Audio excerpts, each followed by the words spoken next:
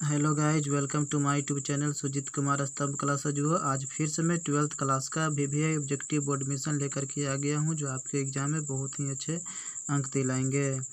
तो देखिए आज का क्वेश्चन क्या है, लेकिन मैं उससे पहले मैं एक इन्फॉर्मेशन दे रहा हूं कि कल से जो वीडियो आएंगे 2 वीडियो जाएंगे, ठीक है। क्योंकि मेरे पास जो है ना 3 सिम में रिचार्ज हो चुके हैं।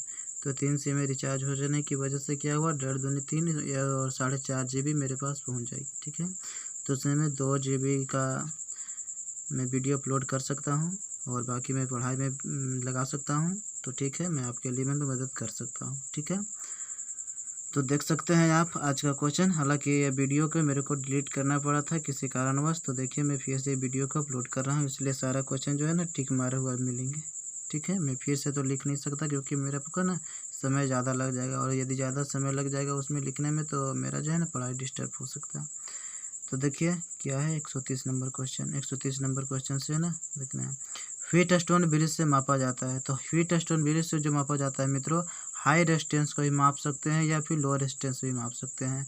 फीट स्टोन ब्रिज में आपको चाहे आपको कम प्रतिरोध वाले दिया गया हो या फिर ज़्यादा प्रतिरोध वाले दिया गया हो, मतलब मैक्सिमम या फिर मिनिमम प्रतिरोध हो, रेजिस्टेंस हो, ठीक है। वो सारे को चीज़ को मापता है, ठीक है, व्हीट स्टोन ब्रिज में।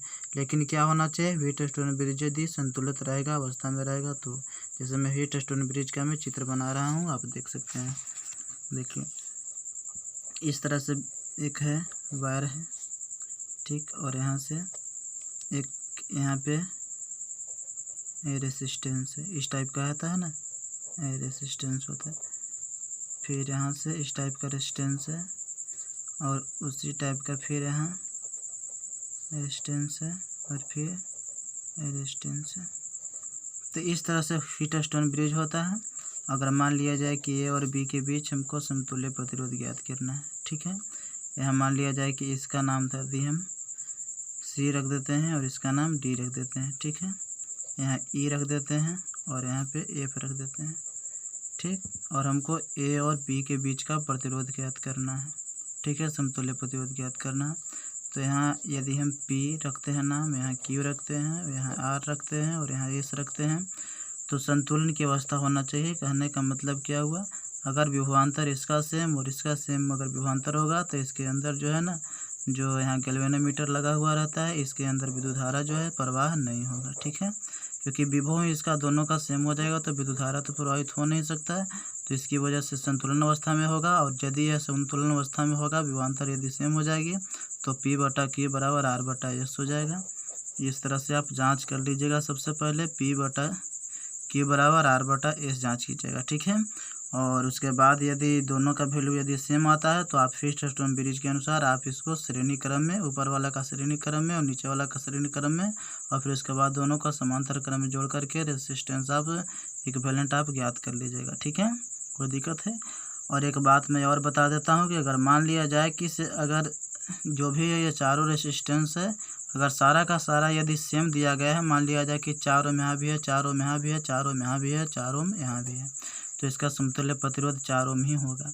8 ओम यहाँ भी है, 8 ओम यहाँ भी है, 8 ओम यहाँ भी है, 8 ओम यहाँ भी है, तो इसका समतुल्य प्रतिरोध 8 ही ओम होगा। क्योंकि अगर 8 8 16 ओम करते हैं, ऊपर 16 ओम, नीचे कितना आएगा, 16 ओम आएगा। इसको समांतर क्रम में जोड़ते हैं तो 16 × 16 और यहाँ 16 16 + 16, तो 16 16 32 होगा, तो 16 दूनी 32 हो जाएगा, तो 2 8 16 कितना आया, 8 ओम आया। मतलब क्या आएगा, उतना ही सेम आएगा, ठीक है। अगर चारों सेम यदि है तो, अगर चारों सेम नहीं है तो आप संतुलन ज्ञात कर लीजिएगा, P/Q बराबर R/S, और उसके बाद फिर आप ज्ञात कर लीजिएगा, ठीक है, जैसे मैंने नियम बताया। तब देखिए क्वेश्चन इधर नेक्स्ट जो क्वेश्चन है मेरा मित्र, वह है 131 नंबर। 2 बराबर विद्युत वाहक बल वाले सेल को समांतर क्रम में जोड़ा जाता है, तो इसका तुल्य प्रतिरोध क्या होगा मित्रों। तो यहाँ देख सकते हैं, तो टिक मारा हुआ है, तो अब क्या किया जाए, सॉल्यूशन बता ही सकते हैं। तो 2 बराबर विद्युत वाहक बल को यदि सेलों का समांतर क्रम में जोड़ा जाता है, तो आप तो जानते हैं कि इसका तुल्य प्रतिरोध के लिए अगर एक भी सेल जो है सो विद्युत के अगर बराबर है तो क्या होगा, वह जो है समांतर क्रम में माना जाएगा, ठीक है। कोई भी सेल जो होता है ना, विद्युत बल जो होता है वह बराबर होता है, ठीक है। तो हम मात्र एक ही सेल आप लेंगे, मात्र एक सेल के विद्युत बल के बराबर। ऐसा नहीं कि 2 सेल 3 सेल 8 सेल, एक सेल विद्युत बल के बराबर होता ही है, तो फिर 4 सेल लेने का 8 सेल की क्या ज़रूरत है। ठीक है, तो 2 बराबर विद्युत वाहक बल वाले सेल को समानांतर क्रम में जोड़ा जाता है। तो हम लोग जानते हैं कि जो विद्युत बल होता है ना, विद्युत बल जो होता है तो उसका जो है से सेम होता है। ठीक है, तो इसलिए क्या होगा, मात्र एक सेल का विद्युत बल बराबर हम इसको मान सकते हैं। ठीक है, हालांकि यहाँ जो विद्युत बल लिखल है इसको विद्युत वाहक बल लिखना चाहिए था, तो वैसे मैं सुधार दे रहा हूँ इसको विद्युत वाहक बल।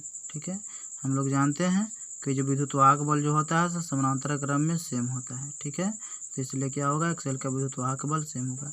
आप हमको आंसर कमेंट कीजिएगा कि विद्युत वाहक बल को किससे मापते हैं। ठीक है, विद्युत वाहक बल या विद्युत विभव को किससे मापते हैं। और एक और प्रश्न है कि विभवांतर को किससे मापते हैं। ठीक है, दोनों का आंसर दीजिएगा, विभवांतर के और विद्युत वाहक बल को हम किससे मापते हैं। ठीक है, वैसे मैंने पिछले वीडियो में बताया था। तो देखिए अगला नंबर क्वेश्चन क्या है, विद्युत वाहक बल का विमा क्या होता है मित्रों। ठीक है, तो विद्युत वाहक बल का विमा वही होगा जो वोल्टेज का विमा होता है। ठीक है, क्या होता है, विभवांतर का विमा होता है, वही विद्युत वाहक बल का विमा होता है। क्योंकि यदि दिया हुआ रहता है कि विद्युत वाहक बल दिया गया है 4.5 वोल्ट। ठीक है, तो वोल्ट में ही दिया जाता है ना विद्युत वाहक बल, तो आप निकाल सकते हैं कि अगर हम वोल्टेज को अगर हम डायमेंशन अगर निकाल लेते हैं तो विद्युत वाहक बल के भी निकल सकता है। ठीक है, तो हम लोग जानते हैं कि V बराबर W/Q होता है, और W बराबर यदि Fs होता है, जहाँ S विस्थापन है और F क्या है, बल है, और Q बराबर क्या होता है, IT होता है, और F बराबर हम लोग जानते हैं कि Ma होता है इंटू S हो जाएगा और बटा IT हो जाएगा। ठीक है, तो आप देख सकते हैं मास का क्या होगा, M होगा, और एक्सीलरेशन जो होता है मित्रों या dV/dt होता है। ठीक है, तो आप देख सकते हैं यहाँ पे अगर मात्रक याद है मीटर प्रति सेकंड स्क्वायर होता है, तो L/t-2 हम कर सकते हैं, है ना। मीटर प्रति सेकंड स्क्वायर होता है तो मीटर का L हो जाएगा और प्रति सेकंड स्क्वायर तो t-2 हो जाएगा। और ये विस्थापन है तो इसका मतलब किस लंबे लेंथ ही लेंगे, L लेंगे।